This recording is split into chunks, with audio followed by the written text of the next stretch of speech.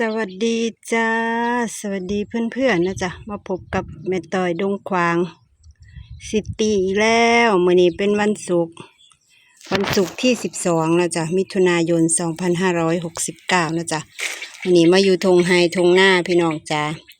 ตัดหญ้าส่งนักเรียนแล้วก็ไปตัดหญ้าให้งัวนะจ๊ะกลับมากะ9:30ก็เลยออกมาสามข้าวต่อนะจ๊ะย่ายแล้วลูกกาไว้ให้4 มัดแต่เมื่อวานล่ะวานบ่เมิดพี่น้อง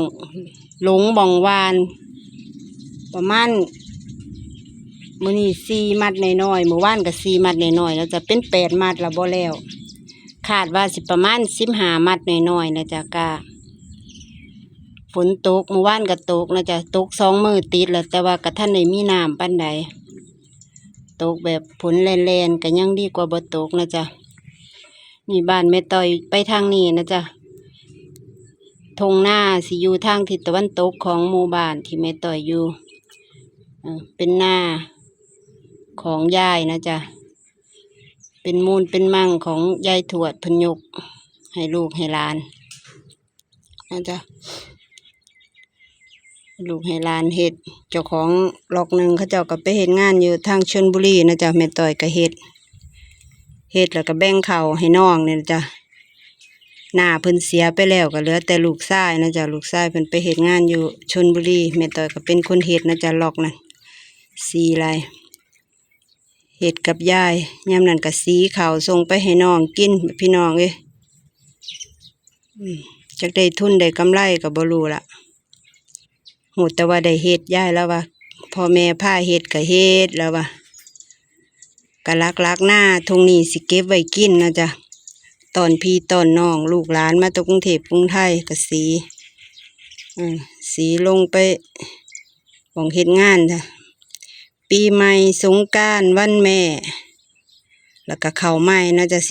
สีวนเวียนอยู่ประมาณนี้นะจ๊ะมาสงกรานต์ก็สีเทอละ4 ปุ๋ย3 ปุ๋ยมื้อแล้วก็เอาไปใหม่นะจ๊ะ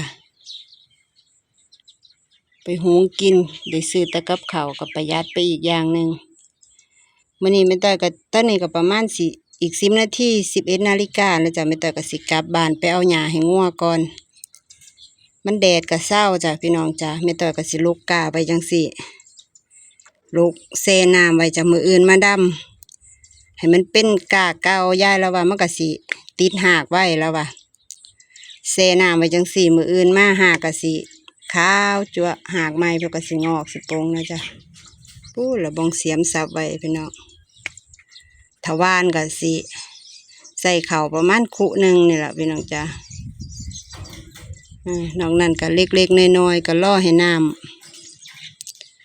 ำมาอีกเจ้าน้อย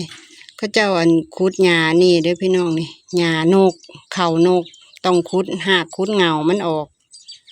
ให้มันแห้งแล้วเขากระเพราเป็นวิธีการที่สิให้มันดับแนวนะบอกง่ายๆแต่ว่าถ้าเฮามาเกี่ยวออกจังซี่มันก็ป่งขึ้นมาแห้งแตกหลายกว่าเก่า